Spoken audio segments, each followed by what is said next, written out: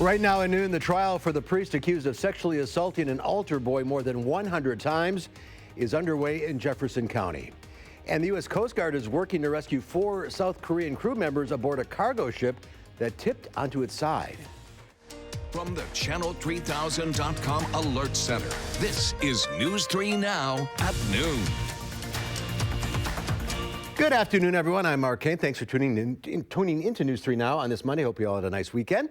Let's head over to the Weather Center. Meteorologist Chris Freese has a look at your first alert forecast. Kind of cloudy and cool out there. Yeah, it's almost snoozing weather, Mark. It's one of those mornings that you just kind of want to sleep in. If you had the chance to do so, congratulations. But we have certainly seen the cloud cover around going through the morning, and I think there's a little bit more where that came from. Most of the shower activity is to our south right now. Some added shower activity back towards north and west. But the problem that we are getting ready to run into is that the cloud cover is actually getting ready to thicken up a little bit. Notice the brighter cloud cover that you see coming in towards the Mississippi River right now, moving into southwestern Wisconsin. Those are the taller cloud tops. That means that is a thicker cloud cover. It's going to be even harder to get the sun's light and energy through that. So with the cloud cover, of course, we have been cooler. 64 is our temperature right now. Winds are coming out of the east and southeast at 11 miles per hour. But as long as we keep these temperatures in the 60s with the clouds around, we run into the problem where it's going to be hard to warm up all that much. Look for highs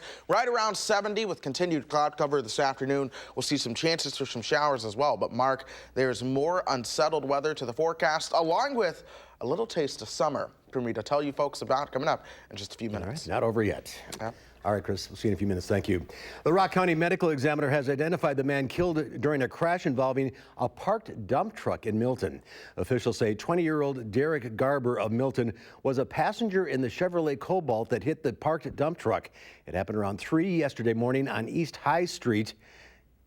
Police say the driver, 20-year-old Joseph Overbeek of Delavan, rear-ended the dump truck. The truck had been parked legally on the street's north side at the curb. Officers say neither Overbeek nor Garber were wearing their seatbelts. Overbeek received minor injuries from the crash and was arrested on charges of homicide by intoxicated use of a motor vehicle, operating after suspension, causing death, and other traffic charges. The Dane County Medical Examiner's Office is releasing the name of a Springdale man who died in a single vehicle crash last month. Police say it happened in the town of Springdale on State Highway 92 at County Highway G on August 28th. 25-year-old Trevor Markin was the sole occupant of a vehicle that left the roadway and hit an embankment and ejected him. He died from his injuries the next day. The death remains under investigation by the Dane County Sheriff's Office. The trial is underway for Father William Nolan, who's facing 6 charges of second-degree sexual assault of a child in Jefferson County. The 66-year-old Nolan is accused of assaulting a Fort Atkinson altar boy more than 100 times between 2006 and 2010. The now 26-year-old victim reported the incidents to police last spring. Nolan was serving as a priest in residence at Our Lady Queen of Peace in Madison when he was arrested and was placed on leave. We'll have more on this trial in later newscasts. 4 missing crew members of an overturned cargo ship have been found alive. The U.S. Coast Guard says they drilled a hole through the ship and found the missing members. The massive cargo ship carrying 4,200 vehicles overturned early Sunday in St. Simons Sound shortly after leaving the port in Georgia. Rescuers managed to evacuate 20 people before a fire broke out. Officials are investigating to see if weather played a role in this mishap. The United Nations says about 70,000 people in the Bahamas are in need of food and shelter. Government officials say they've evacuated about 3,500 hurricane victims and thousands more are scrambling to escape the damaged areas. Earl Burnett reports from Freeport on Grand Bahama Island. Just a week after Hurricane Dorian struck the Bahamas, the desperation to escape the devastation is rising. Thousands waited to board boats and planes headed to Nassau or Florida over the weekend. On Sunday, we joined a team of firefighters from the city of Miami and Miami-Dade County as they searched for victims on Grand Bahama Island, delivering aid to those stranded in the hardest-hit areas. Where would a good place for us to bring you? In the middle of the devastation, we found Eva Thomas, staring into the distance, holding a shovel. See all the debris lined up in front of your home. Yeah. This is your whole life right here. Right there. Everything going one time. Randy and Sylvia Nagy felt Dorian's eye bulldozer over them as they rode out the storm in their beachside home. We listened as they used the first responders' satellite phone to call their daughter for the first time since the disaster. This was very, very bad decision. Sounds like there's like a big sigh of relief. Yeah, it is. It is right now. Yeah, it was good there. Not talking to any of them in a while. And you got each other still. Yeah, we do. Errol Barnett, CBS News in the Bahamas. And local officials say the death toll is expected to increase significantly because a large number of people are still unaccounted for. A secretly planned weekend meeting with Taliban leaders at Camp David was abruptly canceled, and the world found out about it during a series of tweets from President Trump. The announcement comes in the wake of the Taliban suicide bombing that killed 12, including a U.S. service member whose remains were returned home Saturday night. I don't talk about internal negotiation or deliberations and who said what to whom and when. I've honored that for 2.5 years now. But make no mistake, we were very thoughtful. We thought about this a long time, and ultimately the president made the decision that this was the right place. In a statement, the Taliban says the canceled talks will damage America's reputation, unmask its anti-peace policy to the world even more, and increase its loss of life. There's more to come on News 3 Now at noon. Up next, we'll see what Howard's working on in the Mr. Food Test Kitchen. Join me today as we wrangle up some premium Black Angus beef. What makes it so good? I'll show you. So don't go anywhere.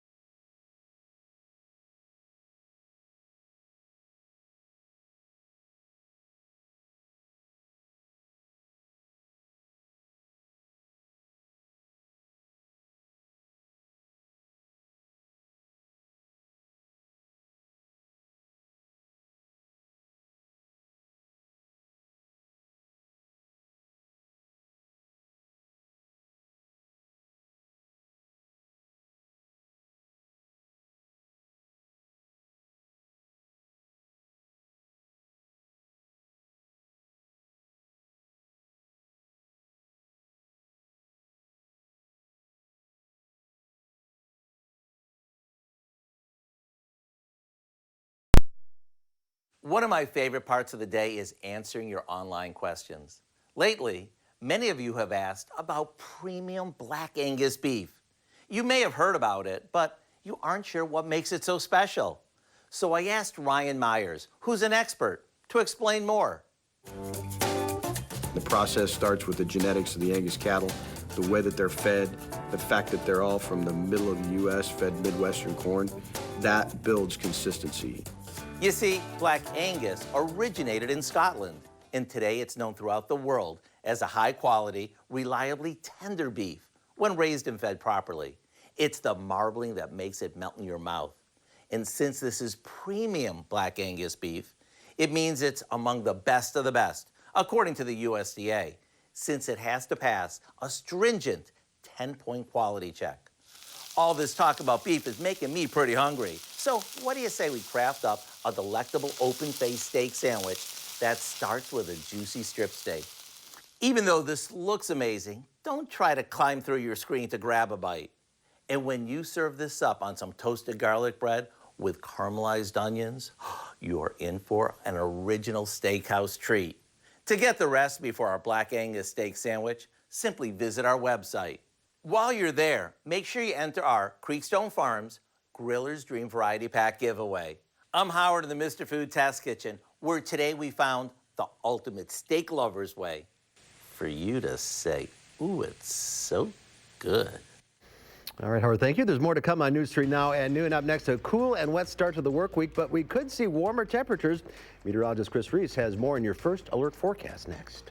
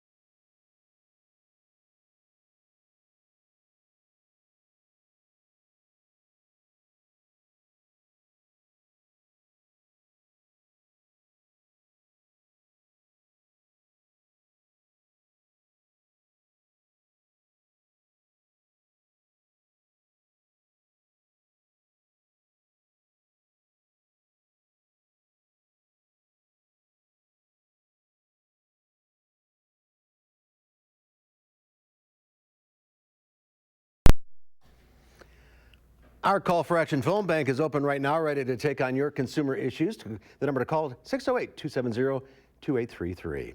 Let's check Wall Street at the noon hour. The Dow Industrials up 10 points. The NASDAQ, however, down 29. The S&P 500 is off about 4.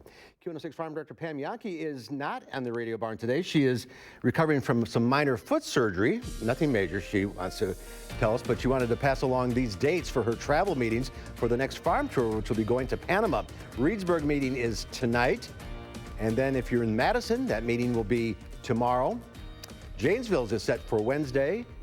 And then Friday meeting will meet in Platteville. Pam will have more details this week and talk about the trip when she's back on the Noon Show. For now, here are your farm.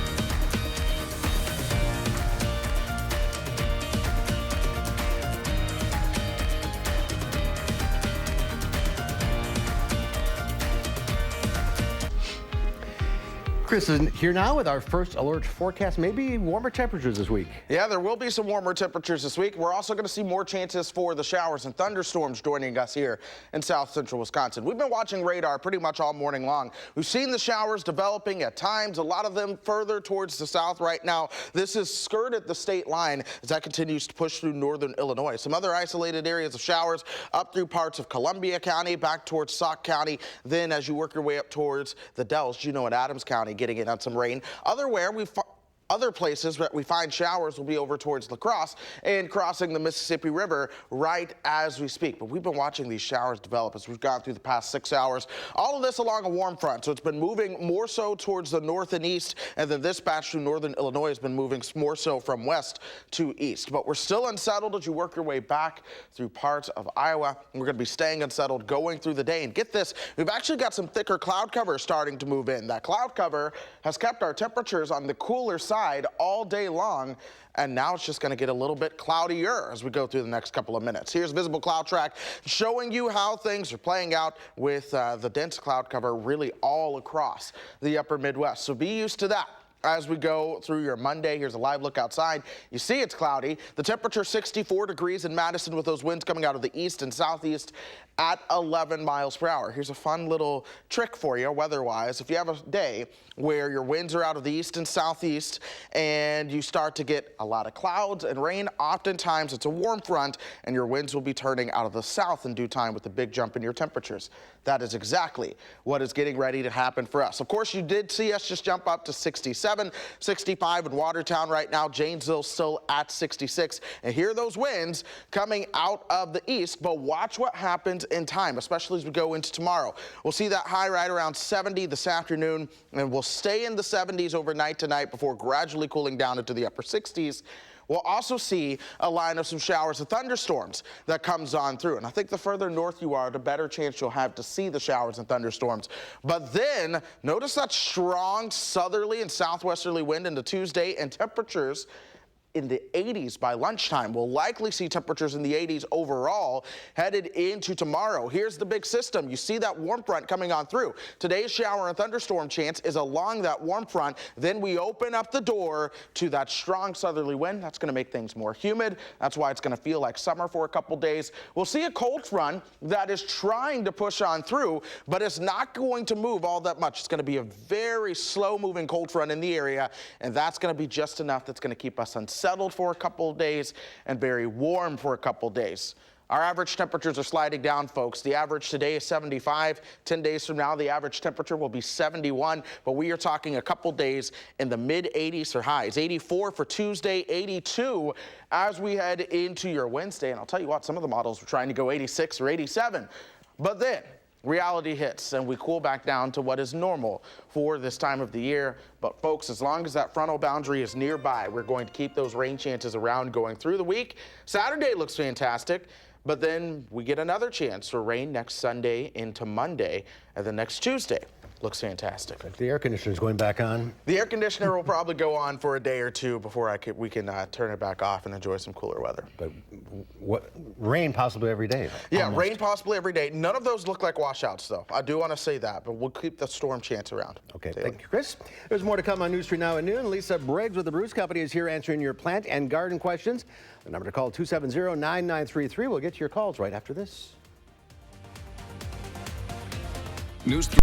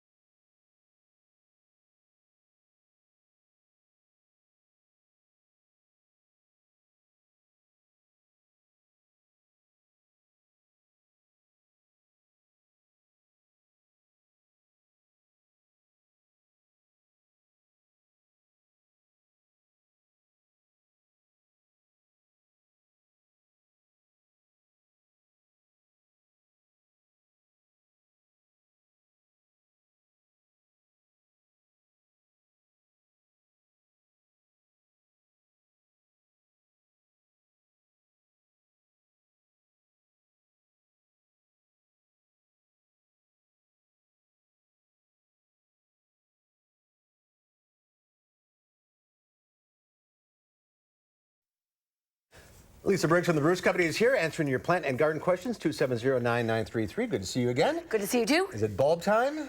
Bulbs are here, yes, tulips. So yeah, they're here. It's a little early to plant yet, but it's the good time to get your best selection. So come on in and see what we've got. There's a new tulip called Green and Gold that we're saying might be a Packer's tulip. Might be? Or not, I don't know. And some cool weather plants as well? And some cool weather plants too. Yeah, we've got pansies, kale, Swiss chard, chrysanthemums, of course. So it's time to freshen up your containers at home if they're looking a little icky. Yeah, petunias are not so good anymore. No. All right, let's go to the phones. We'll start with Ruth from Monroe. Hi, Ruth. Hello. Hi, what's your question? I've recently moved into a new home, and the flower gardens have been completely ignored for about 10 years. I have 2 clematis that weren't on decent supports, and they have fallen, and I'm wondering, can I cut them off this fall? Would they grow back in the spring? Yeah, you can go ahead and cut the clematis back, and then when you get ready to, in the spring, on your supports, whatever kind of trellis system that you're going to do, get some chicken wire and put it at the very base. Clematis will kind of hang out until there's something for them to climb, and then they'll take off. So if they're just kind of languishing and the place for them to grab onto is way up here, then they'll just kind of sit and not really do much of anything until they can climb. Really? Yeah. Interesting. Yeah. All right, Diane in Waterloo. Hi, Diane. Hi, my question is, when can I transplant my daylilies? You can go ahead and do that now. Daylilies, hosta, there are a whole bunch of plants that are really easy to move around, and the only rule of thumb is that you don't want to move them when they're flowering.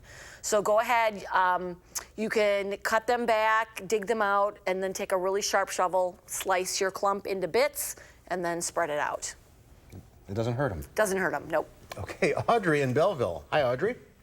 Hi. I have a peace lily, and it's about 3 years old.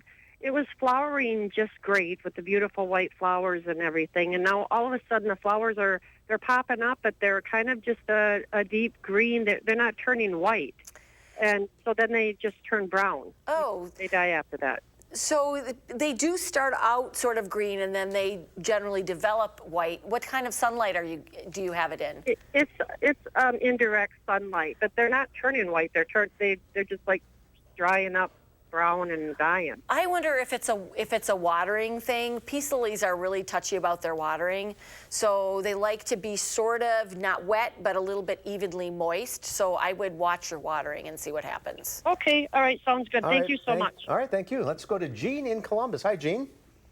Hi. What's your question? I have geranium baskets that I got this spring, and I was wondering if there's some way I can overwinter them without getting them all leggy. So geraniums need a ton of sun, and it's really unlikely that you have enough in your house. But you can overwinter geraniums. You can either take cuttings and just put the plants in a really sunny window, or you can let them go dormant, take them out of the soil, and a lot of people will then overwinter them in like paper bags and then replant them. But it's unlikely that if you bring your baskets inside intact that you'd be able to keep them as looking as lush as they did when they were outside. All right, it's that time of year. It is. Season's over.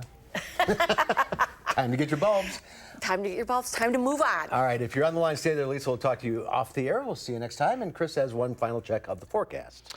All right, we're going to see those rain chances sticking around pretty much all day long, folks. At least the cloud cover will stick around if you don't get in under the shower and thunderstorm activity. But we get a little taste of summer as we go through the week ahead. 84.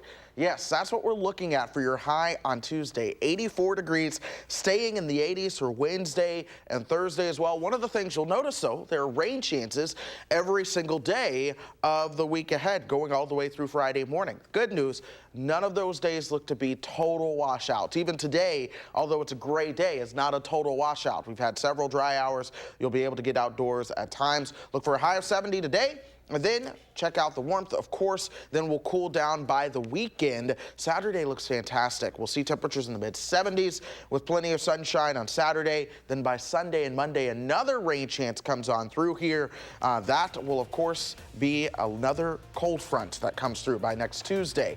We will see more sunshine and temperatures in the low 70s. One thing to point out, our average high is sliding down. It's 75 right now. By the end of the 10-day, our average high knocks on the door with the 60s. All right, thank you, Chris. Thanks for watching, everyone.